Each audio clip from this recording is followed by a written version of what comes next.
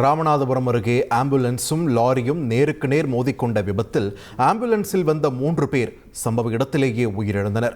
மரைக்காயர்பட்டினத்தைச் சேர்ந்த அனீஸ் பாத்திமா என்பவருக்கு உடல்நிலை சரியில்லாததால் தமிழ்நாடு முஸ்லிம் முன்னேற்ற கழகத்திற்கு சொந்தமான தனியார் ஆம்புலன்ஸில் ராமநாதபுரம் மருத்துவமனைக்கு அழைத்துச் சென்றுள்ளனர்.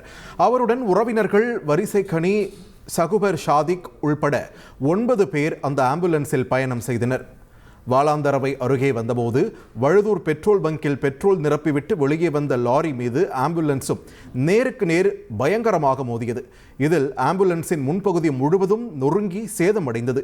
இடிபாடுகளுக்குள் சிக்கிய வரிசைக்கனி, ஷகுபர் ஷாதிக் மற்றும் அனீஸ் பாத்திமா ஆகியோர் சம்பவ இடத்திலேயே உடல் நசுங்கி பலியாகினர்.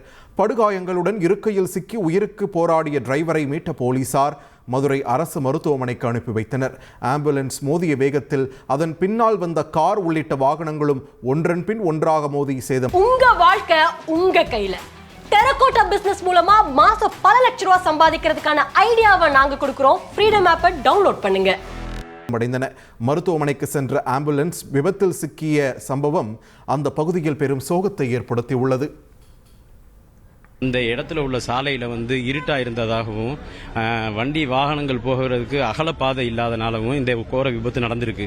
இதனால அந்த குடும்பத்தில் ரொம்ப சேதப்பட்டு அவங்க குடும்பத்தில் ரொம்ப சின்ன பின்னமான ஒரு கவலைக்கு இடத்துல இருக்கிறாங்க. இதனால நம்ம ராமநாதபுரத்தில் உள்ள சாலையில் அகலப்படுத்தி மக்களுக்கு நல்ல விழிப்புணர்வை கொடுக்கணும். இருட்டடைஞ்சு போய் பெட்ரோல் பல்க் இருக்கு.